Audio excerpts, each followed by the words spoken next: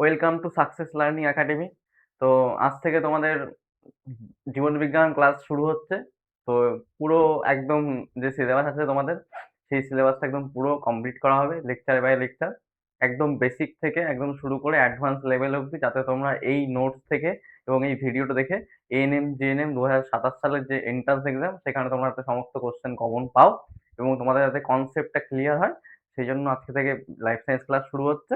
তো শুরুতেই তোমাদের একটা সুখবর দিয়ে রাখবো, সেটা হচ্ছে দেখো, 2027 সালের এএনএম জিএনএম এন্ট্রান্সের জন্য সাকসেস লার্নিং একাডেমি আমার এএনএম জিএনএম আপকামিং একটা ব্যাচ লঞ্চ করছে। ঠিক আছে, আমাদের অ্যাপসে লাইভ ক্লাস থেকে শুরু করে যারা লাইভ ক্লাস ধরো করতে পারছো না, তারা রেকর্ডেড ক্লাস পেয়ে যাবে এবং খুব সামান্য খরচে। মাত্র এই যে তোমরা দেখতে পাচ্ছ, 899 টাকা, 1 বছরের ভ্যালিডিটি আছে। তোমার চ্যাপ্টার ওয়াইজ মক টেস্ট থেকে শুরু করে ফুল মক টেস্ট, সমস্ত কিছু লাইফ সায়েন্স, ফিজিক্যাল সায়েন্স, পুরো অল ওভার এএনএম জিএনএম এর যে সিলেবাস আছে সেটা কভার করানো হবে। তো তোমরা যদি চাও তাহলে এই নাম্বারে কন্ট্যাক্ট করতে পারো। ঠিক আছে, চলো ক্লাসটা শুরু করি।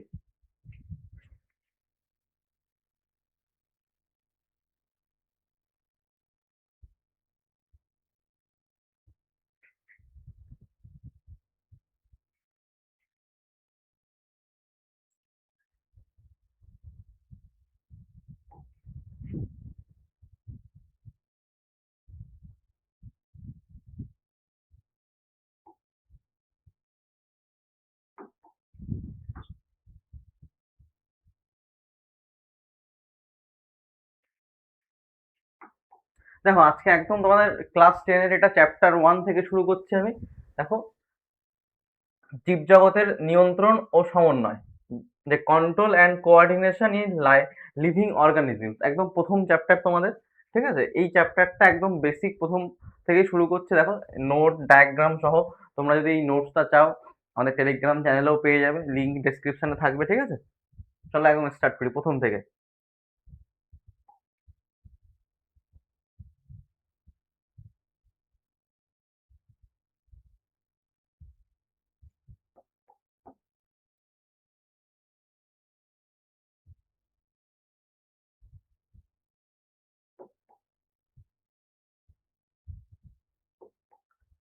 দেখো, প্রথমে শুরু করে দেখো জীবদেহের সমন্বয়, যেটাকে আমরা কি বলি, কোঅর্ডিনেশন ইন লিভিং অর্গানিজম, যে আমাদের জীবদেহ, সেই জীবদেহের সমন্বয়।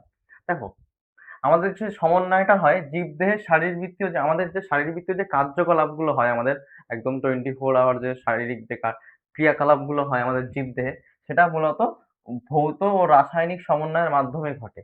ভৌত সমন্বয় এবং রাসায়নিক সমন্বয়ের মাধ্যমে ঘটে। দেখো, দেখো এই যে ভৌত সমন্বয়, বিভিন্ন দেখো ছবি দেখিয়েছি আমি এখানে, এবং রাসায়নিক সমন্বয় দেখো এই কেমিক্যাল যেগুলো, সেগুলো মিলেই আমাদের জীবদেহ, দেখো এই সমন্বয়গুলো হয়। যদি তোমাদের দেখো প্রশ্ন আছে যে জীবদেহের ক্রিয়াকলাপ মূলত কোন সমন্বয়ের মাধ্যমে ঘটে, ধরো ড্যাশ ড্যাশ দিয়ে এরকম থাকলো যে দুটো ভৌত এবং রাসায়নিক, চারটে অপশন করে দিল, এরকম কোশ্চেন থাকতেই পারে বেসিকের মধ্যে। দেখো, এবার দেখো, প্রাণীদেহে এই সমন্বয় সাধন নিয়ন্ত্রিত হয় ভৌত সমন্বয়কারী তন্ত্র, যেটাকে আমরা স্নায়ুতন্ত্র বলি, মানে নার্ভাস সিস্টেম। নার্ভাস সিস্টেম মানে নার্ভগুলো, স্নায়ুতন্ত্র যেটাতে ইনভলভ থাকে, ঠিক আছে, মাধ্যমে, এবং রাসায়নিক সমন্বয়কারী তন্ত্র বা হরমোনের মাধ্যমে হয়। এবার দেখো, এই যে ভৌত সমন্বয়কারী তন্ত্র, স্নায়ুতন্ত্র, এই স্নায়ুতন্ত্রের মাধ্যমে কি হয়, দ্রুত নিয়ন্ত্রণ এবং সমন্বয় সাধন করা যায়। মানে যে কোনো কিছু স্নায়ুতন্ত্রের মাধ্যমে, দেখো এই সেন্ট্রাল নার্ভাস সিস্টেমের সাথে আমাদের ব্রেন এবং এই নার্ভ, এই স্পাইনাল কর্ড, এই যে স্পাইনাল কর্ড যেটাকে আমরা মেরুদণ্ড ইয়ে বলি, এগুলো কিন্তু কানেক্ট থাকে, এবং তার সাথে কিন্তু সমস্ত পেরিফেরাল নার্ভ, এই যে সমস্ত কিছু নার্ভগুলো পেরিফেরালি কিন্তু যুক্ত থাকে। এগুলো তোমরা যখন এএনএম জেএনএম চান্স পেয়ে যাবে, তারপর যখন অ্যানাটমি পড়বে, সেই সময় আরো ইন ডিটেলস এইগুলো আছে, তখন তোমাকে পড়তে হবে সমস্ত কিছু। এবার দেখো, রাসায়নিক সমন্বয়কারী তন্ত্র, যেটা হরমোন, রক্তের মাধ্যমে ধীরে ধীরে সমন্বয় সাধন করে। হরমোন আমাদের কিন্তু রক্তের মাধ্যমে ধীরে ধীরে সমন্বয় সাধন করে। এই হরমোন যেমন থাইরয়েড হরমোন, দেখবে অনেকের বাড়িতে থাকে থাইরয়েড, হাইপোথাইরয়েডিজম বা হাইপার থাইরয়েডিজমের পেশেন্ট দেখবে থাইরয়েডের মেডিসিন খায়, আর এলটক্স বলে মেডিসিন আছে, সকালবেলায় দেখবে ঘুম থেকে উঠে খালি পেটে মেডিসিন খায়। তো ওইগুলোতে থাইরয়েড হরমোন। এবার দেখো, অপরদিকে উদ্ভিদের ক্ষেত্রে সমন্বয় সাধন উদ্ভিদ হরমোন বা ফাইটো হরমোন। আমাদের উদ্ভিদের যে হরমোন আছে, এটা মনে রাখতে হবে, এমসিকিউ তে থাকতে পারে কিন্তু, যে উদ্ভিদ হরমোন, এই হরমোনকে কি বলে, ফাইটো হরমোন বলে বা উদ্ভিদ হরমোন, এর মাধ্যমে নিয়ন্ত্রিত হয়। এই দেখো উদ্ভিদ হরমোনের যেটা আমরা ফাইটো হরমোন বলি, এটা কি কি হয় দেখো, এখানে দেখো এই যে ছোট্ট চারা গাছটা দেখো, তুমি ধরো একটা বীজ রোপণ করেছো, সেখান থেকে ছোট্ট একটা চারা গাছ হয়েছে, সেই চারা গাছটা দেখছো আস্তে আস্তে তুমি জল টল দিচ্ছ, দেখো চারা গাছটা এই দেখো বৃদ্ধি পেয়েছে, পাতাগুলো বড় হচ্ছে, দেখো কাণ্ড বড় হচ্ছে, ফুল হবে আস্তে আস্তে, দেখো এই ছবিতে আমি দেখিয়েছি পাশে দেখো। এই যে গাছের বৃদ্ধি, ফুল ফোটা, পাতা ঝরা ইত্যাদি নিয়ন্ত্রণ করে হচ্ছে এই ফাইটো হরমোন বা উদ্ভিদ হরমোন গুলো। আশা করি বোঝা গেল। এবার দেখো, অধিকাংশ উদ্ভিদ নির্দিষ্ট স্থানে আবদ্ধ থাকায় তারা কেবল অঙ্গ প্রত্যঙ্গের সঞ্চালন ঘটায়।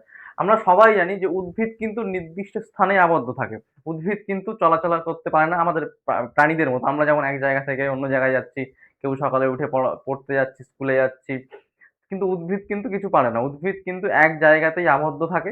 সেটাই বলতে চাইছে যে উদ্ভিদ কিন্তু তারা কেবল এক জায়গায় আবদ্ধ থাকে, কেবল অঙ্গ প্রত্যঙ্গের সঞ্চালন ঘটায়। এবার অনেকে হয়তো ভাবছে যে উদ্ভিদের আবার কি অঙ্গ প্রত্যঙ্গ আছে, আস্তে আস্তে ইন ডিটেলস বলবো সেগুলো।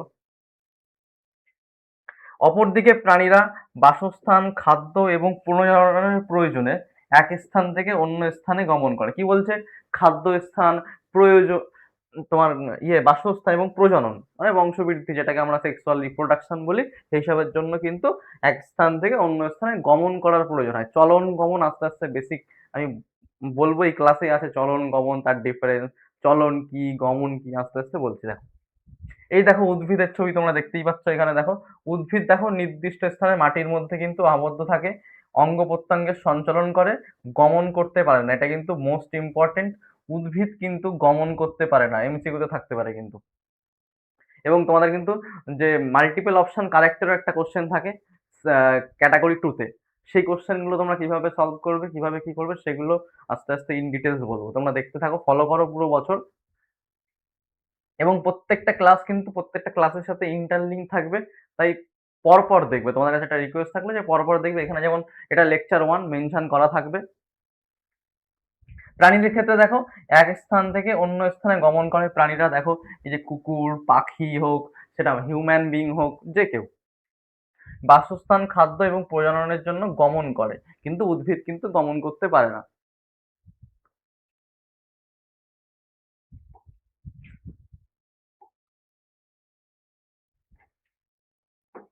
এবার দেখো উদ্ভিদের সঞ্চালন, উদ্ভিদের সঞ্চালন বলতে প্রধানত ধীর বৃদ্ধিজ চলন এবং রসস্ফীতিজনিত চলনকে বোঝায়। ইম্পর্টেন্ট কিন্তু এই ওয়ার্ডগুলো, যে উদ্ভিদের চলন মানে কি, যে ধীর বৃদ্ধিজ চলন এবং রসস্ফীতি চলন, এইগুলো কিন্তু কোশ্চেনে থাকতে পারে। যে উদ্ভিদের চলন বলতে কি বোঝায়, চারটে অপশন দিয়ে দিল, যে ধীর বৃদ্ধিজ চলন এবং রসস্ফীতিজনিত চলন, এ বি সি ডি করে চারটে অপশন থাকতে পারে কিন্তু। এই দেখো ধীর বৃদ্ধিজ চলন কেমন, দেখো এই যে একটা ছোট চারা গাছ থেকে আস্তে আস্তে বড় হচ্ছে। রসস্ফীতি জনিত চলন মানে কি, যে জাইলেম ফ্লোয়েম থাকে উদ্ভিদের মধ্যে, সেগুলোর একটা, দেখো এখান থেকে এরকম এই পাইপ গুলোর মাধ্যমে কিন্তু, যেমন আমরা যেমন খাবারটা খাই, শ্বাসনালী আছে আমাদের, খাদ্য নালী আছে, সেই রকম ভাবে কিন্তু উদ্ভিদেরও এরকম জাইলেম ফ্লোয়েম এই পাইপের মাধ্যমে কিন্তু হয়। এগুলো আস্তে আস্তে বলবো ইন ফিউচার ক্লাসগুলোতে। দেখো এছাড়া লজ্জাবতী এবং এবং বনচাঁড়াল, এই যে দুটো আছে দেখো গাছ, এই লজ্জাবতী আর বনচাঁড়াল, এই উদ্ভিদের ক্ষেত্রে সংবেদনশীল চলন দেখা যায়। মোস্ট ইম্পর্টেন্ট কিন্তু এমসিকিউতে আসতে পারে। এই লজ্জাবতী আর বনচাঁড়ালের ক্ষেত্রে কিন্তু সংবেদনশীল চলন দেখা যায়। এই দেখো লজ্জাবতী আমরা সবাই জানি, এর সাইন্টিফিক নেম কি, মিমোসা পিউডিকা, এই সাইন্টিফিক নেম গুলো কিন্তু মনে রাখতে হবে। আর বনচাঁড়ালের দেখো বায়োফাইটাম সেন্সিটিভাম। এই লজ্জাবতীর ক্ষেত্রে আমরা সবাই দেখেছি, গ্রাম এলাকায় যারা আমরা থাকি, এই লজ্জাবতী গাছের পাতাতে টাচ করলে দেখো পাতাটা নুয়ে যায়, দেখো এই ছবিটা দেখাচ্ছে। তো এই দিস ইজ কল্ড, এই চলনকে বলে সংবেদনশীল চলন। এইগুলো কিন্তু মনে রাখতে হবে, যে কোন উদ্ভিদের ক্ষেত্রে কোন চলন দেখা যায়, এগুলো কিন্তু এমসিকিউতে এখান থেকে কিন্তু একটা কোশ্চেন এএনএম জিএনএম 2017 থাকবে। এরপর ট্যাকটিক চলন আছে, সেই চলনগুলো পড়াবো এরপর। তবে কিছু নিম্ন শ্রেণীর উদ্ভিদের মধ্যে গমন পরিলক্ষিত হয়। এই কিছু নিম্ন, আমি একটু আগে আমাদের বললাম না যে উদ্ভিদ গমন করতে পারে না, কিন্তু তার কিন্তু একটা এক্সেপশনাল আছে। এই এক্সেপশনাল গুলো মনে রাখা কিন্তু আরো বেশি ইম্পর্টেন্ট। এইগুলো কিন্তু এমসিকিউতে থাকার চান্স আরো বেশি, কারণ এক্সেপশনাল গুলো কিন্তু তোমাকে মনে রাখতে হবে। সেটা দেখো এই যে কিছু নিম্ন শ্রেণীর উদ্ভিদ, এই নিম্ন শ্রেণীর উদ্ভিদের মধ্যে কিন্তু গমন পরিলক্ষিত হয়, সেটা কি কি দেখো ক্ল্যামাইনোডোমোনাস, ভলভক্স, ডায়াটম, এইগুলো কিন্তু মনে রাখতে হবে, এমসিকিউতে থাকার চান্স কিন্তু হাই এগুলো। আমরা ন্যাচারালি সবাই জানি যে উদ্ভিদ গমন করতে পারে না, কিন্তু কিছু নিম্ন শ্রেণীর উদ্ভিদ এই গমনগুলো করতে পারে। সেগুলো দেখো, এই তোমার ক্লামাইডোমোনাস, ভলভক্স, ডায়াটম।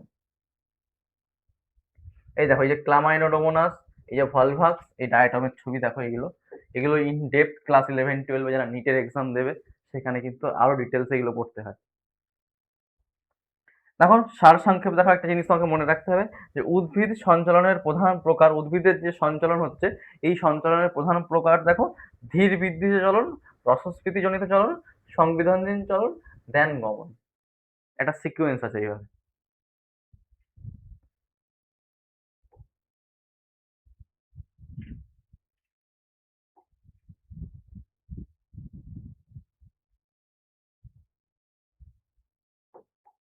এবার দেখো সেন্সিটিভিটি, এর সংবেদনশীলতা কি জিনিস। দেখো, সংবেদনশীলতা কি জিনিস? উদ্দীপকের প্রভাবে জীবদেহে সাড়া প্রদানের ক্ষমতাকে সংবেদনশীলতা বলে। মানে উদ্দীপকের প্রভাবে জীবদের যে সাড়া দেওয়ার প্রবণতা কে আমরা কি বলি? সংবেদনশীলতা বলি। সংবেদনশীল, সেন্সিটিভ। মানে কি, ধরো সাপোজ তুমি একটা আগুনে, তোমার একটা কোনো আঙুল লেগে গেছে, দেখবে আমরা সঙ্গে সঙ্গে সেটাকে সরিয়ে নিই। দিস ইজ কল সংবেদনশীলতা। এই যে হিট যে আগুনটার কথা বলছি, যে আগুনটা হচ্ছে এখানে কি উদ্দীপক, যে ওর প্রভাবে এই সংবেদনশীলতা আমাদের বডিতে কিন্তু হচ্ছে। এই সেটাই দেখো, এখানে বলছি যে আলো, তাপ, শব্দ, জল, এগুলো কিন্তু এক একটা উদ্দীপক। এবার দেখো, এই উদ্ভিদের ক্ষেত্রে, আমরা তো এগুলো উদ্ভিদের ক্ষেত্রে পড়ছি না, উদ্ভিদের সংবেদনশীলতার বৈশিষ্ট্য। তাহলে উদ্ভিদের সংবেদনশীলতার কি বৈশিষ্ট্য সেগুলো একটু দেখে নিই।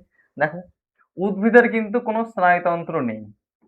এই যে নার্ভাস সিস্টেম দেখবে, সাপোজ অনেকের বাড়িতে থাকে যে আমার ফ্যামিলির লোকে দেখবে নার্ভের সমস্যা হয়েছে, নার্ভের ডাক্তার দেখাতে হবে। এই কথাটা খুব প্রচলিত বাংলাতে। তো ওইটা মানে সেন্ট্রাল নার্ভাস সিস্টেম, যে নার্ভের প্রবলেম। দেখবি অনেকের হাত হাত কাঁপে সব সময়, অনেক রকম প্রবলেম আছে নার্ভের। আস্তে আস্তে তোমরা যখন জিএনএম এ ঢুকবে, আস্তে আস্তে দেখবে ডিজিজ, প্রচুর ডিজিজ আছে, পড়তে হবে তোমাদেরকে। তো এই মনে রাখবে যে উদ্ভিদের ক্ষেত্রে কিন্তু কোনো স্নায়ুতন্ত্র নেই।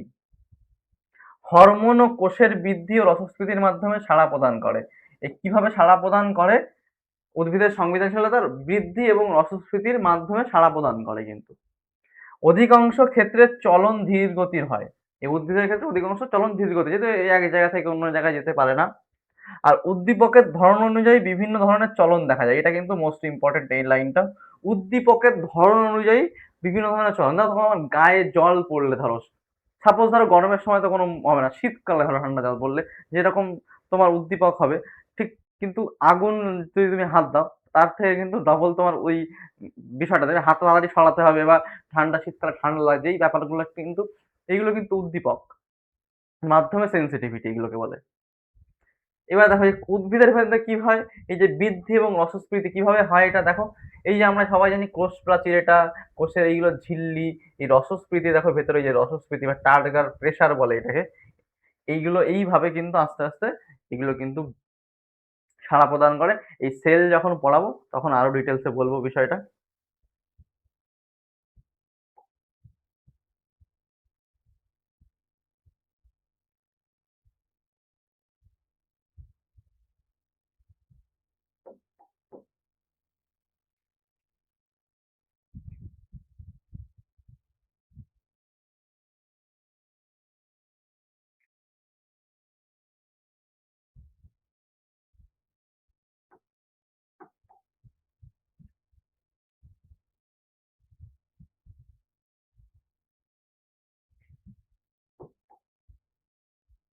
এবার দেখো, উদ্দীপক কি জিনিস। এতক্ষণ ধরে উদ্দীপক উদ্দীপক বললাম, তাহলে উদ্দীপক টার্মটা কি জিনিস সেটা জেনে নেওয়া দরকার। দেখো, যে বাহ্যিক বা অভ্যন্তরীণ শক্তি নির্দিষ্ট ব্যবস্থাপনার মাধ্যমে জীবদেহে গৃহীত হয়, মানে যে বাহ্যিক আর অভ্যন্তরীণ শক্তি, যেটা জীব নির্দিষ্ট একটা ব্যবস্থাপনার মাধ্যমে আমাদের জীবদেহে গৃহীত হয়, এবং জীবের জীবের এই বানানটা ভুল আছে, জীবের মাধ্যমে নির্দিষ্ট সাড়া দেয় এবং রেসপন্স সৃষ্টিতে সাহায্য করে, তাকে উদ্দীপক বা স্টিমুলাস বলা হয়। মানে কি বলছে যে একটা বাহ্যিক বা অভ্যন্তরীণ শক্তি যার নির্দিষ্ট ব্যবস্থাপনার মাধ্যমে জীব দেহে গৃহীত হয় এবং জীবের দেহে সেটাকে সাড়া বা রেসপন্স সিস্টেমে সাহায্য করে। যেমন তোমাকে বারবার বললাম, আগুনে হাত দিলে আমরা হাতটাকে সরিয়ে নিচ্ছি তাড়াতাড়ি, সে আগুনটা কিন্তু উদ্দীপক। তার জন্যই কিন্তু আমাদের বডিতে একটা রেসপন্স সৃষ্টি হচ্ছে, মানে আমি হাতটা সরিয়ে নিচ্ছি। আর এই যে সিগন্যালিং বিষয়টা যেটা, এটা কিন্তু আমাদের বডিতে নার্ভাস সিস্টেমই দেখে। নার্ভের মাধ্যমে সিগন্যালটা তাড়াতাড়ি ব্রেনে যাচ্ছে, ব্রেন আমাকে বলছে যে হাতটা সরিয়ে নেওয়ার জন্য। এক দারুণ মেকানিজম আছে, নার্ভাস সিস্টেমের একটা চ্যাপ্টার আছে, তোমাদের অ্যানাটমিতে পড়বে, অ্যানাটমি ফিজিওলজিতে জিএনএম এন্ট্রান্স ক্র্যাক করার পরে যখন যাবে মেডিকেল কলেজগুলোতে, তখন ওগুলো পড়তে হবে ডিটেলসে। এবং যদি ক্লাস 11 যারা এএনএম জিএনএম না দেবে, যারা নিটের জন্য পড়বে, তাদেরও কিন্তু এই নার্ভাস সিস্টেম এবং কোঅর্ডিনেশন বলে একটা চ্যাপ্টার আছে এনসিইআরটি তে, সেটা পড়তে হবে। দেখো, বাহ্যিক উদ্দীপক আর অভ্যন্তরীণ উদ্দীপক, দু রকমের উদ্দীপক আছে। একটা বাহ্যিক উদ্দীপক, এই যে আমি ডেফিনেশনে বললাম, দেখো যে জীবের ভেতরে বাহ্যিক বা অভ্যন্তরীণ শক্তি বাইরে থেকে হতে পারে, আমাদের ভেতরে হতে পারে। বাইরে থেকে কি কি দেখো, আলো, তাপ, শব্দ, স্পর্শ, জল, মধ্যাকর্ষণ এবং রাসায়নিক পদার্থ, এই জিনিসগুলো কিন্তু বাহ্যিক উদ্দীপক। আমি তাপেরটা এক্সাম্পল তোমাদের দিলাম, আগুনের এক্সাম্পলটা দিলাম। শব্দ, খুব যদি হাই ডেসিবেল শব্দ হয়, সেক্ষেত্রে দেখবে আমাদের কানে লাগে, একটা সেন্সিটিভিটি উদ্দীপকের মাধ্যমে তৈরি হয়। অভ্যন্তরীণ উদ্দীপক বলতে আমরা যেটাকে বুঝি সেটা হচ্ছে হরমোন। বিভিন্ন রকম হরমোন আছে, থাইরয়েড হরমোন আছে, পিটুইটারি গ্ল্যান্ড থেকে যে হরমোন গুলো হয়, সেই হরমোন, বিভিন্ন রকম হরমোন আছে। অ্যাড্রিনোকর্টিকোট্রপিক হরমোন, আস্তে আস্তে এগুলো সব পড়তে হবে। সোমাটিক হরমোন, বিভিন্ন হরমোন আছে। গ্রোথ হরমোন আছে, আমাদের গ্রোথের জন্য দায়ী। দেখো, একটা জিনিস মনে রাখতে হবে, সেটা কি? এই যে মনে রাখবে একটা জিনিস, আমি দেখো মেনশন করে দিয়েছি, উদ্ভিদের সাড়া প্রদান প্রক্রিয়া ধীর হলেও অত্যন্ত গুরুত্বপূর্ণ এবং পরিবেশের সাথে তাদের মানিয়ে নিতে সাহায্য করে। এই যে উদ্ভিদের সাড়া প্রদান প্রক্রিয়া কিন্তু একদম ধীরে হয়, এবং সেটা অত্যন্ত গুরুত্বপূর্ণ, যেটার জন্য পরিবেশে তারা মানিয়ে নিতে পারে এবং তাদের মানিয়ে নিতে সাহায্য করে এই জিনিসগুলো। এইবার দেখো চলন আর গমন। এবার চলন আর গমন কি জিনিস একটু দেখে নিই, বেসিক জিনিস। চলন গমনের মধ্যে পার্থক্য বা চলন গমনটা বোঝাটা কিন্তু খুব ইম্পর্টেন্ট। কারণ কি, এগুলো কিন্তু ক্লাস 11-এও লাগবে। শুধু যে এখানেই শেষ তাই নয়, যারা এরপর নিটের জন্য প্রিপারেশন নেবে, ক্লাস 11-12 এক্সাম দেবে, সেখানে কিন্তু এই চলন গমন চ্যাপ্টার আছে আলাদা একটা। দেখো, চলন বা মুভমেন্ট, উদ্দীপকের প্রভাবে জীবদেহের কোনো অংশের অবস্থানের পরিবর্তনকে চলন বলি।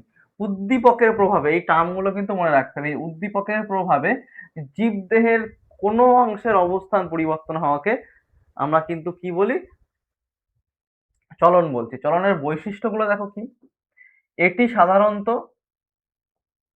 এটি সাধারণত উদ্ভিদের মধ্যে দেখা যায়। এই চলন সাধারণত উদ্ভিদের মধ্যে দেখা যায়। উদ্ভিদের চলন অধিকাংশ ক্ষেত্রে ধীর গতির হয়, আগেই বললাম আমি।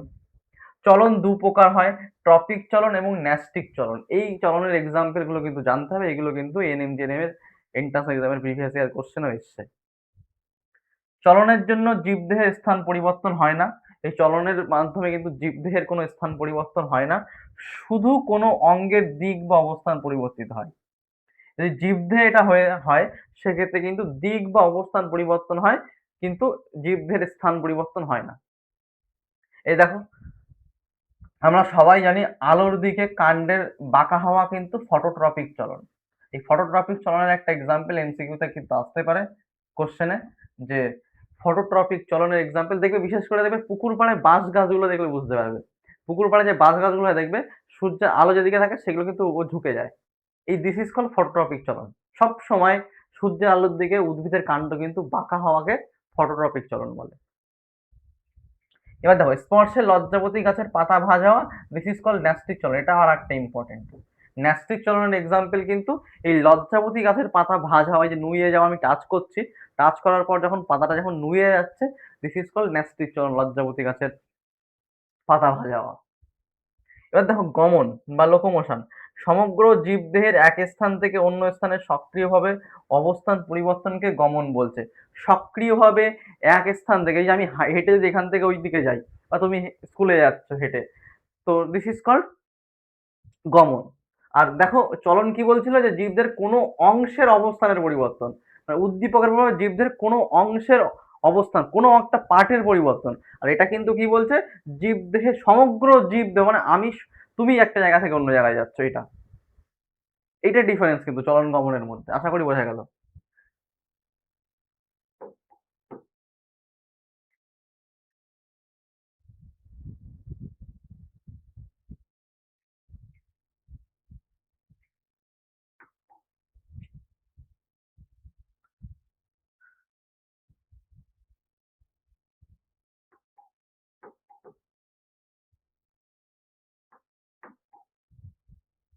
দেখো গমনের বৈশিষ্ট্যগুলো দেখে নিই। এটি প্রধানত প্রাণীদের মধ্যে দেখা যায়। গমন প্রধানত প্রাণীদের মধ্যে দেখা যায়। প্রাণী নিজের অঙ্গ প্রত্যঙ্গের সাহায্যে এক স্থান থেকে অন্য স্থানে যায়। আমরা সবাই জানি যে প্রাণী নিজের অঙ্গ প্রত্যঙ্গের সাহায্যে এক স্থান থেকে অন্য স্থানে যায়। গমন সচরাচর দ্রুত গতির হয়, কারণ এক স্থান থেকে অন্য স্থানে যাওয়ার জন্য দ্রুত গতির জন্যই হয়। যেমন দেখো এই যে মানুষ হাঁটছে, মাছ সাঁতার কাটছে, পাখি উঠছে, কুকুর দৌড়াচ্ছে, দেখো এগুলো দিস ইজ কল গমন, এবং এগুলো সমস্ত কিছু দ্রুত গতির হয়। দেখো উদাহরণস্বরূপ মানুষ হাঁটে, মাছ সাঁতার কাটে, পাখি ওড়ে, কুকুর দৌড়ায়, এগুলো কিন্তু সমস্ত কিছু দ্রুত গতি হয়, দ্রুত গতিতেই হয়, সম্পন্ন হয় কিন্তু। দেখো একটা পয়েন্ট তোমাকে মনে রাখতে হবে। সেটা কি পয়েন্ট দেখো, চলনে কেবল অঙ্গের অবস্থান পরিবর্তন হয়, কিন্তু পুরো জীবের স্থান পরিবর্তন করে না। এটা কিন্তু মোস্ট ইম্পর্টেন্ট পয়েন্ট। চলনে কেবল অঙ্গের অবস্থান পরিবর্তন হয়, মানে একটা অঙ্গের অবস্থান পরিবর্তন হচ্ছে চলনের ক্ষেত্রে। কিন্তু গমনের ক্ষেত্রে কি হয়, কিন্তু পুরো জীব স্থান পরিবর্তন করে না। আর গমনে পুরো জীব এক স্থান থেকে অন্য স্থানে যায়, এটা কিন্তু মেন ডিফারেন্স চলন গমনের মধ্যে। মনে রাখতে হবে, বারবার বলছি পয়েন্টটা দেখো, চলনে কেবল অবস্থান পরিবর্তন হয়, আর কিন্তু পুরো জীবের স্থান পরিবর্তন করে না। কিন্তু গমনের ক্ষেত্রে পুরো জীব এক স্থান থেকে অন্য স্থানে যায় কিন্তু।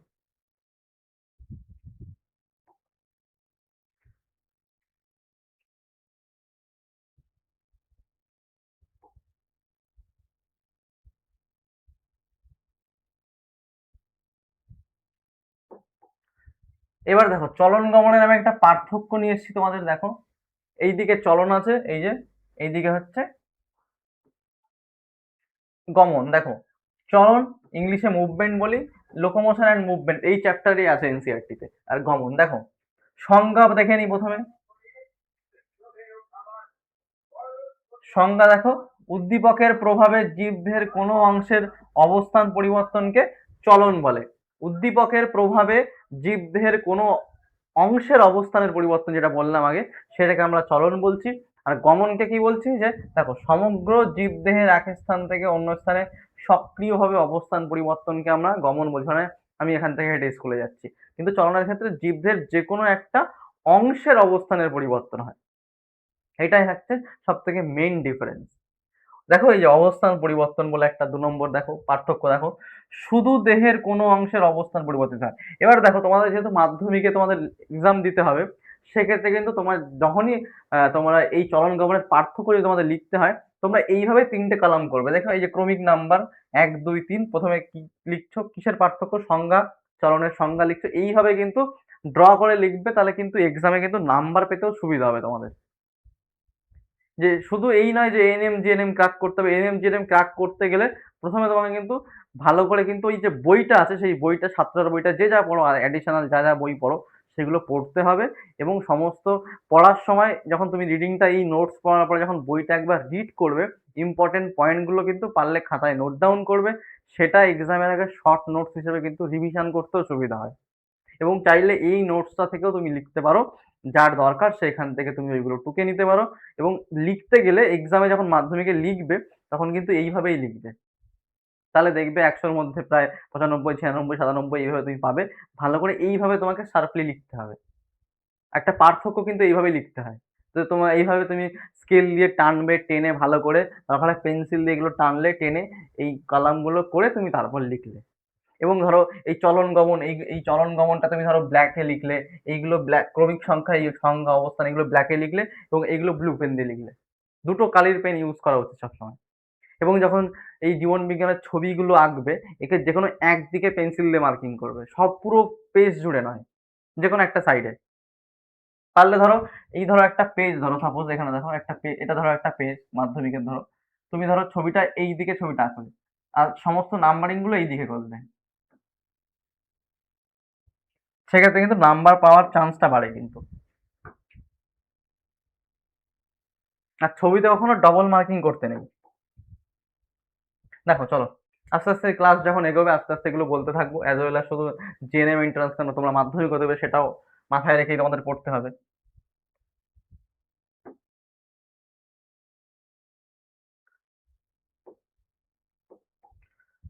দেখো অবস্থান পরিবর্তন যেটা বললাম, চলনের ক্ষেত্রে শুধু দেহের কোনো অংশের অবস্থান পরিবর্তন হয়, সমগ্র জীবদেহের অবস্থান পরিবর্তিত হয় এই ক্ষেত্রে। আর এই ক্ষেত্রে কিন্তু কোনো অংশের অবস্থান পরিবর্তন হয়। দেখো সাড়া প্রদানের ধরন, উদ্দীপক দিকের প্রতি নির্দিষ্ট সাড়া দেয়, মানে দিকবোধ থাকে, মানে যে কোনো ডাইরেকশন যেটা বলছে। যেমন ধরো ওই কি বললাম, যে আলোর দিকে উদ্ভিদের কিন্তু কাণ্ডগুলো বেঁকে যায়, যে কোনো একটা দিক। আর উদ্দীপকের দিকের সাথে কোনো সম্পর্ক নেই, গমনের ক্ষেত্রে কিন্তু কোনো সম্পর্ক নেই। গমন মানে কি, আমি বাদিকেও যেতে পারি, ডান দিকেও যেতে পারি, যে কোনো দিকে যেতে পারি, পূর্ব পশ্চিম আমার মন যেদিকে যায়। দেখো প্রকৃতি সাধারণত ধীর গতির হয় এবং গমন কিন্তু দ্রুত গতির হয়। শক্তির প্রয়োজন দেখো, এই চলনের ক্ষেত্রে কম শক্তির প্রয়োজন হয়, আর এর ক্ষেত্রে কিন্তু বেশি শক্তির প্রয়োজন হয়, কারণ তোমাকে হেঁটে যেতে হচ্ছে। সাপোজ সাঁতার কাটছে যারা, তোমরা সুইমিং করো তাদের ক্ষেত্রে, বা জিমের ক্ষেত্রে যাই করছো। জিমের ক্ষেত্রে আমি বলবো না যে তোমাদের গমন মানে ধরো তুমি জিমে যাচ্ছ হেঁটে।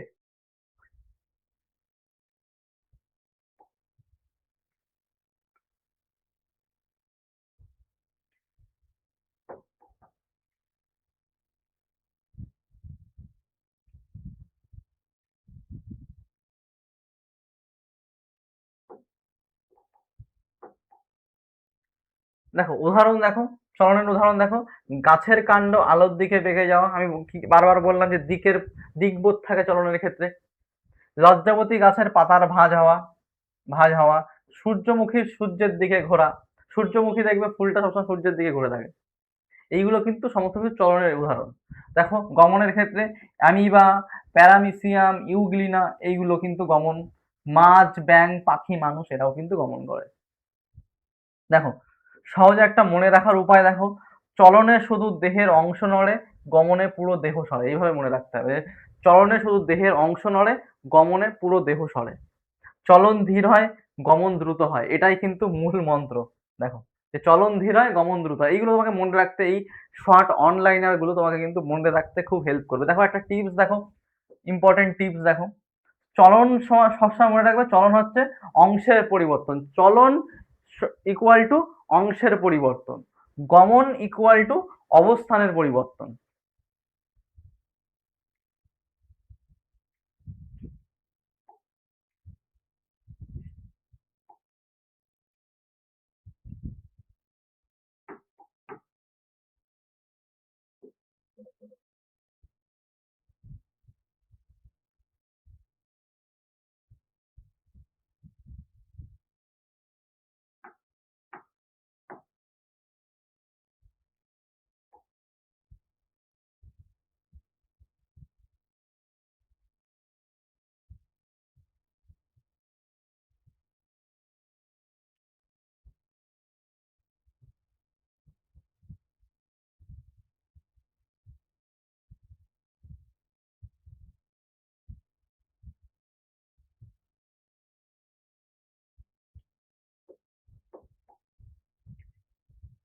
দেখো উদ্ভিদের প্রোটোপ্লাজমের গতি, দেখো এই একটা জিনিস দেখো এখানে, এককোষী উদ্ভিদ কিংবা উদ্ভিদ কোষের প্রোটোপ্লাজমের বহিঃউদ্দীপক ছাড়া রোটেশন বা প্রবাহ গতি, এই রোটেশন বা প্রবাহ গতি যেটাকে বলি, দেখো একটা ভালো করে জিনিস, যেমন পাতা শ্যাওলা, পাতার কোষ, পাতা শ্যাওলা, যে শ্যাওলাগুলো আছে, পাতা শ্যাওলার যে পাতাটা আছে সেটা, এবং সার্কুলেশন বা অবগতি, যেমন কুমড়ো গাছের কাণ্ডের রোম দেখা যায়।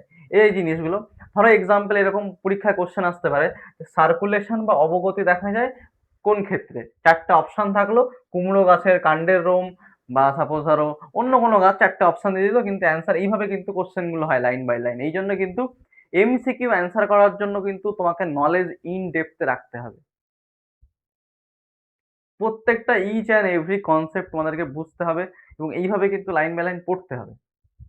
এবং দেখো যদি রোটেশন বা প্রবাহ গতির এক্সাম্পল জানতে চায়, সেক্ষেত্রে তোমাকে এই পাতা শ্যাওলার ধরো পাতার কোষ, আরো 4টে পাতার কোষ এরকম দিয়ে দিল একসাথে মিলিয়ে মিশিয়ে, তখন কিন্তু তোমাকে এইটা কিন্তু অ্যান্সার হবে। এইভাবে কিন্তু তোমাকে কোশ্চেন আসতে পারে। দেখো রোটেশন বা প্রবাহ গতি, পাতা শ্যাওলার পাতার কোষ চারিদিকে ঘুরে প্রবাহ, চারিদিকে ঘুরে এইভাবে দেখো চারিদিকে ঘুরে কিন্তু প্রবাহ গঠন করে।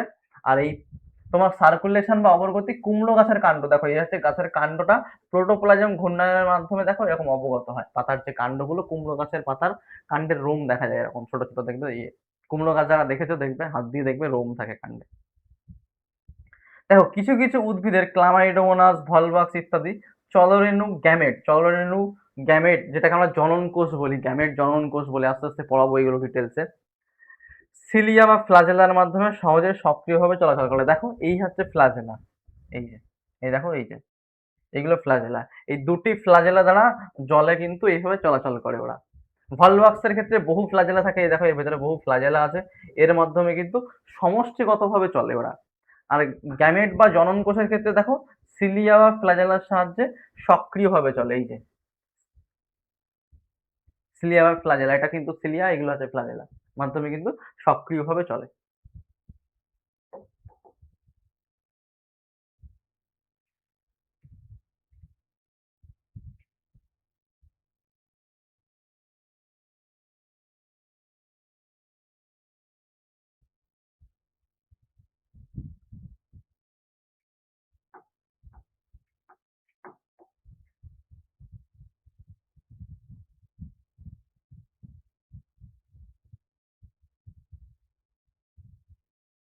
দেখো একটা গুরুত্বপূর্ণ পয়েন্ট, দেখো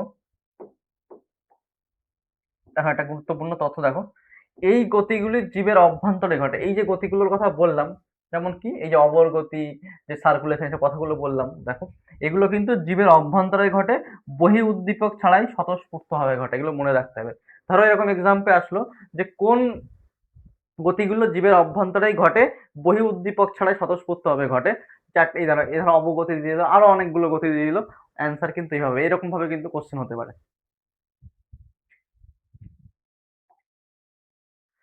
দেখো এবার যে রোটেশন, সার্কুলেশন, এই টার্মগুলো বললাম, এগুলো একটু দেখে নি। দেখো রোটেশন কি জিনিস, দেখো পরিণত উদ্ভিদ কোষের অভ্যন্তরস্থ একটি বৃহৎ কোষ গহ্বরকে কেন্দ্র করে সমগ্র প্রোটোপ্লাজম আবর্তিত হয়। দেখো এই যে রোটেশন কি বলছে, পরিণত উদ্ভিদ কোষ, এই যে উদ্ভিদ কোষ, দেখো এই যে উদ্ভিদ কোষ, এই উদ্ভিদ কোষের অভ্যন্তরস্থ একটু বৃহৎ কোষ গহ্বর, এই দেখো এই যে বৃহৎ যে কোষ গহ্বর আছে, এইভাবে রোটেশন করে কিন্তু, দেখো এইভাবে রোটেশনালি কিন্তু ও কিন্তু ইয়ে করছে, কেন্দ্র করে কিন্তু সমগ্র এই যে প্রোটোপ্লাজমটা কিন্তু আবর্তন করে।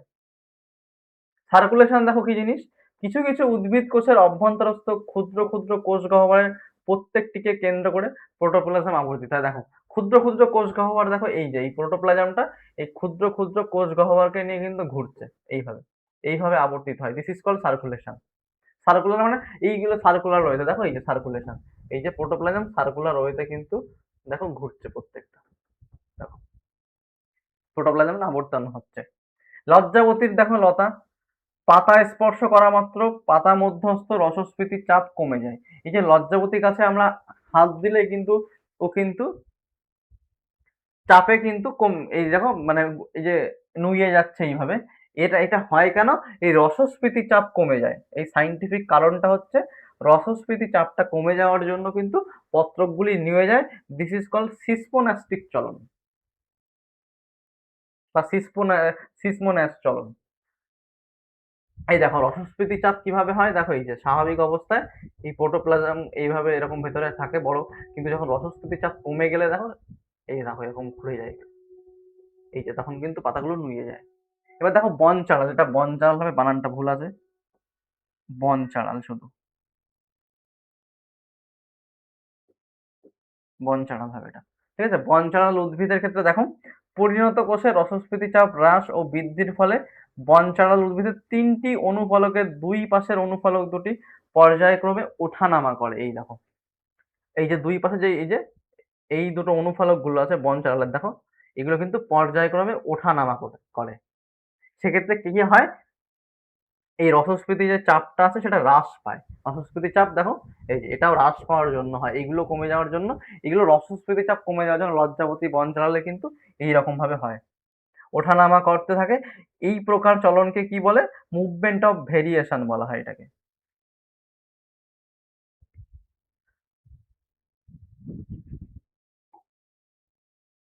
দেখো, এইবার চলে আসি আমাদের সবাই চিনতে পারছো রেসপেক্টেড মানুষ একজন, জগদীশ চন্দ্র বসু, আচার্য জগদীশ চন্দ্র বসু।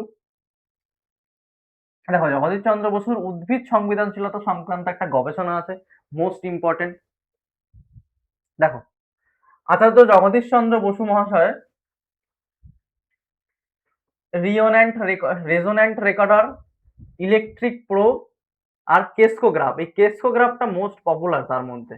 এই যে কেসকোগ্রাফ প্রভৃতি যন্ত্রের সাহায্যে উদ্দীপক প্রয়োগে উদ্ভিদের প্রতিক্রিয়া দেখান। এই যন্ত্রগুলোর সাহায্যে উদ্দীপক প্রয়োগ করে উনি কিন্তু প্রতিক্রিয়া দেখিয়েছিলেন। সে কি দেখো, এই যে লজ্জাবতী বা বনচারাল উদ্ভিদের মধ্যে বৈদ্যুতিক উদ্দীপনা, ইলেকট্রিক্যাল স্টিমুলাস পাঠিয়ে দেখান উদ্দীপনা উদ্ভিদ কাণ্ডের মধ্য দিয়ে পাতায় পৌঁছে পাতাকে নুইয়ে দিচ্ছে বা বনচারালের পাতা স্বতঃস্ফূর্ত চলন ঘটাচ্ছে। উনি কিন্তু এই ইলেকট্রিক একটা স্টিমুলাস, যেটা এই তোমার বনচারাল আর লজ্জাবতী গাছের উদ্ভিদের কাণ্ডের মধ্য দিয়ে পাঠিয়েছিলেন। উনি পাঠিয়ে দেখলেন যে পাতা নুইয়ে দিচ্ছে আর বা বনচারালের পাতা স্বতঃস্ফূর্ত চলন ঘটাচ্ছে। দেখো, এই লজ্জাবতী গাছের ক্ষেত্রে কি হয়, দেখো এই যে স্বাভাবিক অবস্থায় ছিল, উনি যখন বৈদ্যুতিক উদ্দীপনা প্রয়োগ করলেন তখন কিন্তু দেখো পাতা, এই যে পাতাগুলো কিন্তু নুইয়ে গেল। ওনার এটা পরীক্ষা ছিল।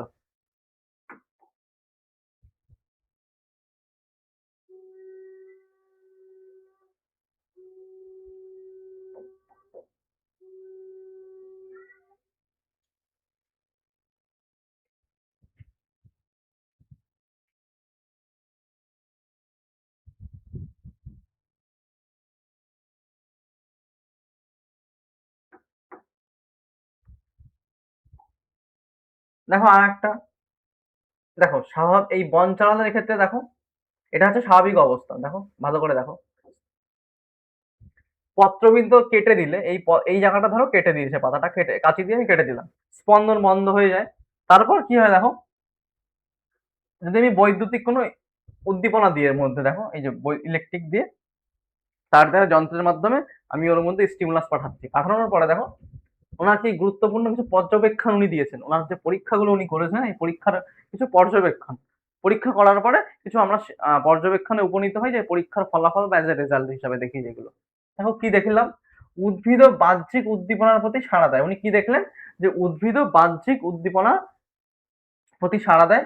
উদ্দীপনার সংকেত উদ্ভিদের এক অংশ থেকে, উদ্দীপনার যে সংকেতটা আছে সেটা উদ্ভিদের এক অংশ থেকে অন্য অন্য অংশে পৌঁছায় এবং বৈদ্যুতিক উদ্দীপনা দিয়ে উদ্ভিদের স্বতঃস্ফূর্ত চলন পুনরায় ঘটানো যায়, এবং বৈদ্যুতিক চলন দিয়ে উদ্ভিদের স্বতঃস্ফূর্ত চলন পুনরায় ঘটানো যায়। কি বলছে দেখো, উদ্ভিদের বাহ্যিক উদ্দীপনার প্রতি উদ্ভিদ সাড়া দেয়।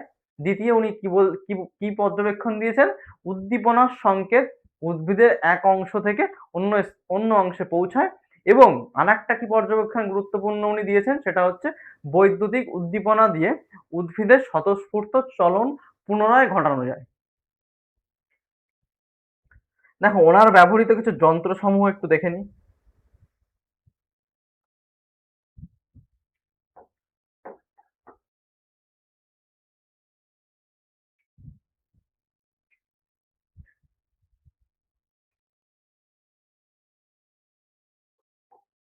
দেখো, ব্যবহৃত যে যন্ত্রসমূহ আছে ওনার, রেজোন্যান্ট রেকর্ডার, দেখো ক্ষুদ্র ক্ষুদ্র উদ্দীপনার প্রতিক্রিয়া রেকর্ড করে।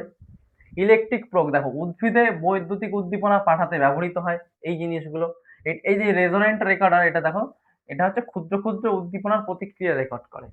আর এই ইলেকট্রিক যে প্রোবটা আছে, এটা উদ্ভিদের বৈদ্যুতিক উদ্দীপনা পাঠাতে ব্যবহৃত হয়। আর এই যে কেসকোগ্রাফ যেটা, এটা হচ্ছে উদ্ভিদের বৃদ্ধির হার অত্যন্ত সংবেদনশীল ভাবে রেকর্ড করে। এই কেসকোগ্রাফ এটা মেন ইম্পর্টেন্ট ছিল ওনার। জগদীশ চন্দ্র বসুর এই গবেষণা প্রমাণ করে যে উদ্ভিদ সংবেদনশীল প্রতিক্রিয়াশীল জীব। যদি তোমাকে জিজ্ঞেস করে জগদীশ চন্দ্র বসুর পরীক্ষা কি প্রমাণ করে, উদ্ভিদের সংবেদনশীল এবং উদ্ভিদ প্রতিক্রিয়াশীল জীব, সেটা কিন্তু প্রমাণ করে ওনার এই গবেষণা। এবার দেখো, এই যে গবেষণার প্রধান আবিষ্কার ও পর্যবেক্ষণ কিছু আরেকটু ডিটেলসে দেখি একবার।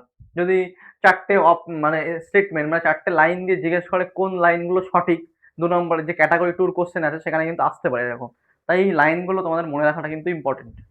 দেখো 1 নম্বর কি, উদ্ভিদ সংবেদনশীলতা প্রমাণ। উদ্ভিদের সংবেদনশীলতা প্রমাণ। দেখো উদ্ভিদ ও প্রাণীর মতো বিভিন্ন বাহ্যিক উদ্দীপনায় প্রতিক্রিয়া করে। উদ্ভিদও কিন্তু প্রাণীর মতো বিভিন্ন বাহ্যিক উদ্দীপনায় প্রতিক্রিয়া করে। দেখো উদ্ভিদের কোষে উত্তেজনা এবং এক অংশ থেকে অন্য অংশে প্রবাহিত হয়। উদ্ভিদ কোষের উত্তেজনা এক অংশ থেকে অন্য অংশে প্রবাহিত হয়। দেখো উদ্ভিদের উদ্ভিদের পরিমাপ। দেখো উদ্ভিদের বৃদ্ধির পরিমাপ। দেখো ক্রিস্কোগ্রাফের সাহায্যে তিনি উদ্ভিদের বৃদ্ধির হার অত্যন্ত সঠিকভাবে পরিমাপ করেন। উদ্দীপনার প্রভাব ও পরীক্ষা। দেখো জগদীশচন্দ্র বসু উদ্ভিদের ওপর নানা উদ্দীপনার প্রভাব পরীক্ষা করেন এবং প্রতিক্রিয়া রেকর্ড করেন। যেগুলো বললাম সেগুলো আমি ডিটেলসে স্টেটমেন্ট বেসে লিখেছি এখানে।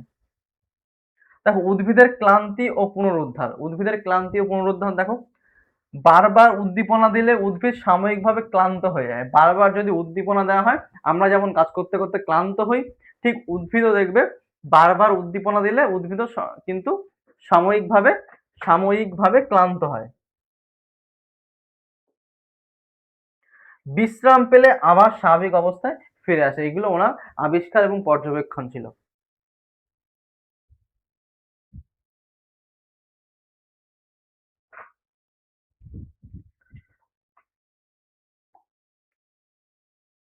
এবার দেখো বিভিন্ন উদ্দীপনা ও উদ্ভিদের প্রতিক্রিয়া কি ছিল ওনার এই পরীক্ষায়। দেখো লাইট, আলোর উপস্থিতিতে উদ্ভিদের বৃদ্ধি ও গতিকে প্রভাবিত করে। আলোর উপস্থিতি, ধরো ওই রকম উদ্দীপক দিল, ম্যাচ দা ফলোইং দিয়ে দিতে পারে।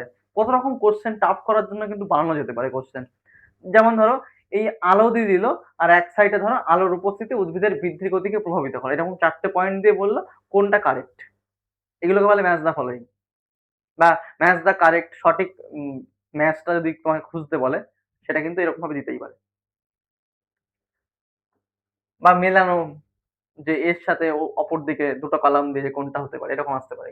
দেখো তাপমাত্রা বৃদ্ধির হারকে প্রভাবিত করে। তাপমাত্রা কিন্তু সবসময় বৃদ্ধির হারকে প্রভাবিত করে। অতি তাপে বৃদ্ধি কমে যায়, অতি তাপে কিন্তু বৃদ্ধিটাও কমে যায়। দেখো স্পর্শ, টাচ, লজ্জাবতীলতা, স্পর্শে কিন্তু পাতা ভাঁজ করে ফেলে, যেগুলো তোমাদের বললাম আগে। দেখো বিদ্যুৎ বা ইলেকট্রিসিটি। বিদ্যুৎ উদ্দীপনা দিলে উদ্ভিদের প্রতিক্রিয়া উত্তেজনা সৃষ্টি হয়। রাসায়নিক পদার্থ, কেমিক্যালস। দেখো কিছু রাসায়নিক পদার্থ উদ্ভিদের বৃদ্ধিও বাড়াতে বা কমাতে পারে।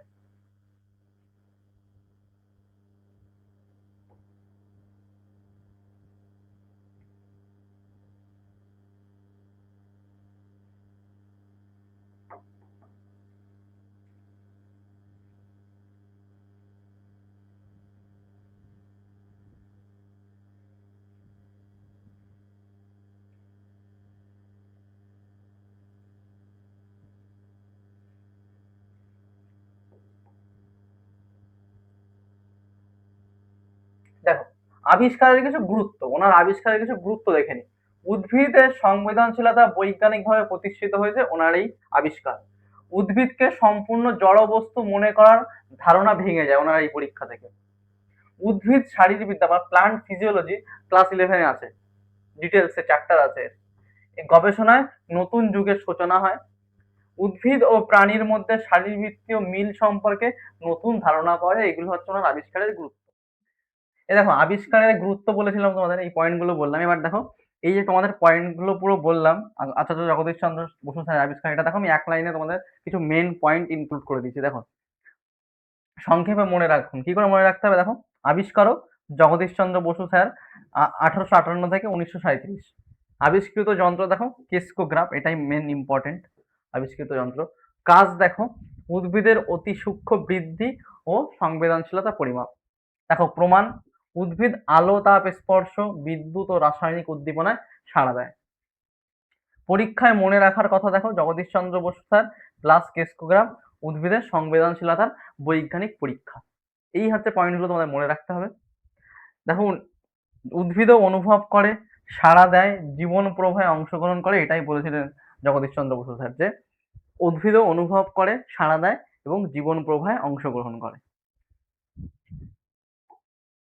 দেখো উদ্ভিদের চলন, এবার হচ্ছে উদ্ভিদের চলন, প্ল্যান্ট মুভমেন্ট। দেখো উদ্ভিদ দেহে উদ্দীপনায় সাড়া প্রদানের একটি ধরন হলো চলন। উদ্ভিদ দেহে উদ্দীপনায় সাড়া প্রদানের একটি ধরন হলো চলন। দেখো উদ্ভিদ দেহে উদ্দীপনায় সাড়া দেওয়ার একটি ধরন চলন, যেটা বললাম। কতিপয় নিম্ন শ্রেণীর উদ্ভিদ ক্লামাইডোমোনাস, ভলভক্স, ডায়াটম প্রভৃতি ছাড়া বেশিরভাগ উদ্ভিদের কোনো গমনাঙ্গ থাকে না। এই যে ক্লামাইডোমোনাস, ভলভক্স, ডায়াটম, এগুলো কিন্তু মনে রাখতে হবে। কিছু নিম্ন শ্রেণীর উদ্ভিদ, এদের ছাড়া অন্য কোনো উদ্ভিদের কোনো গমনাঙ্গ থাকে না। এই যে ক্লামাইডোমোনাস, ভলভক্স, আগেই আমাদের দেখিয়েছি এগুলো। মাটির সঙ্গে সংলগ্ন থাকে বলে উদ্ভিদের গমন, মাটির সঙ্গে সংলগ্ন থাকে বলে উদ্ভিদের কিন্তু কোনো গমন সম্ভব হয় না।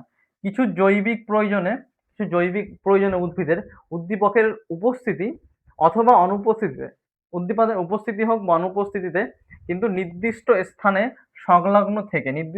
সংলগ্ন থেকে অভ্যন্তরীণভাবে অঙ্গ প্রত্যঙ্গ সঞ্চালনে কিন্তু উদ্ভিদ সক্ষম হয়। এই চলনকে কি বলে? বক্রতাজনিত সঞ্চালন বা বক্র সঞ্চালন, মুভমেন্ট অফ কার্ভেচার। দেখো এই পয়েন্টটা দেখো, মনে রাখতে হবে, ইম্পর্টেন্ট পয়েন্ট। বক্রতাজনিত সঞ্চালন কি? যে উদ্দীপকের প্রভাবে উদ্ভিদের অঙ্গের বক্র হয়ে যাওয়া বা দিক পরিবর্তন করা হচ্ছে বক্রতাজনিত সঞ্চালন। কি বললাম আরেকবার দেখো, যে বক্রতাজনিত সঞ্চালন হচ্ছে উদ্দীপকের প্রভাবে উদ্ভিদের অঙ্গের বক্র হয়ে যাওয়া বা দিক পরিবর্তনকে আমরা বক্রতাজনিত সঞ্চালন বলি। দেখো কোষের অসমবৃদ্ধির কারণে কাণ্ড বক্র হয়ে আলোর দিকে বেঁকে যাওয়া, এটিকে বক্রতাজনিত চলন বলে। দেখো এই যে যারা সূর্যমুখী খেতে গেছো বা জমিতে গেছো, দেখো এইভাবে সূর্যমুখীর কাণ্ড কিন্তু বেঁকে যায়। এই হচ্ছে আলোর উৎস, দেখো এই যে বেঁকে গেছে আলোর দিকে কাণ্ডের বক্র, এই দেখো এই যে এইভাবে কাণ্ডটা বেঁকেছে, তাই এটাকে বক্রতা জনিত চলন বলছে, আলোর দিকে বেঁকে যাওয়াকে।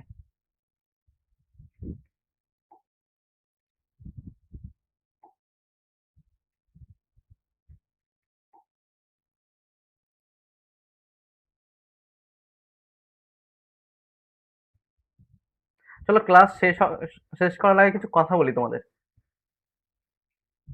এই ভিডিওটা শেষ অবধি দেখো অ্যাটলিস্ট, তাহলে তোমাদের কিছু হেল্প হবে। দেখো কিভাবে তোমরা অনেকেই ভাবছো নতুন যারা প্রিপারেশন শুরু করবে এএনএম জিএনএম এর জন্য, তাদের জন্য কিছু কথা বলি। যারা নতুন একদম শুরু করছো, শুরুতে তোমরা কিভাবে শুরু করবে, অনেকে হয়তো ভাবছো যে কিভাবে শুরু করবে, ক্লাস 9 পার হয়ে গেছে, এখন 10-এ উঠে গেছো, ভাবছো, ডিসিশন নিয়েছো যে কিভাবে শুরু করবে। দেখো প্রথম কথা, শুরু তোমাকে করতে গেলে লাইফ সায়েন্সে কিন্তু 50টা নাম্বার আছে। তো লাইফ সায়েন্স থেকে তুমি যদি 50টা নম্বর সিকিউর করতে পারো, তুমি কিন্তু এক্সাম অনেকটা এগিয়ে গেলে। সাথে ফিজিক্যাল সায়েন্সটা ভালো করে পড়লে ওতে 25, তাহলে কত হচ্ছে 50 আর 25 কত 75 নাম্বার হয়ে যাচ্ছে। 75 নাম্বার সিকিউর করা মানে কিন্তু তুমি ভালো একটা র্যাঙ্ক করতে, মানে ভালো একটা অ্যাডভান্স জায়গায় তুমি পৌঁছে যাচ্ছ। তারপর তো তোমাকে আরো কিছু অ্যান্সার করতে হবে সিমিলারলি। তো বিষয়টা ধরো তুমি লাইফ সায়েন্স, সাপোজ বলি লাইফ সায়েন্সটা আমি পড়াচ্ছি, যেহেতু লাইফ সায়েন্সটা কিভাবে শুরু করবো, তো বাকি স্যাররা বাকি সাবজেক্টগুলো বলবেন। তো আমি লাইফ সায়েন্সটা বলে দিচ্ছি তোমরা কিভাবে শুরু করবে। ধরো সাপোজ লাইফ সায়েন্স কেউ যদি কোচিং নিচ্ছ, বা তোমরা এই আমাদের ইউটিউব চ্যানেলে একটা ফলো করতে পারো, চাইলে আমাদের কোচিং আছে সেটাতেও তোমরা জয়েন করতে পারো, যে এখন শুরু থেকে ব্যাচে জয়েন করতে পারো। আর আরেকটা জিনিস, ডেইলি আমাদের টেলিগ্রাম চ্যানেলে ডেইলি ফ্রি কুইজ হয়, সাবজেক্ট ওয়াইজ কুইজ হয়, চ্যাপ্টার ওয়াইজ কুইজ হয়। তোমরা চাইলে টেলিগ্রাম চ্যানেলের লিঙ্ক ডেসক্রিপশনে দেওয়া থাকবে, তোমরা সেখানে জয়েন করে নিজেরা যে কতটা কি প্রিপেয়ার হয়েছে। এবার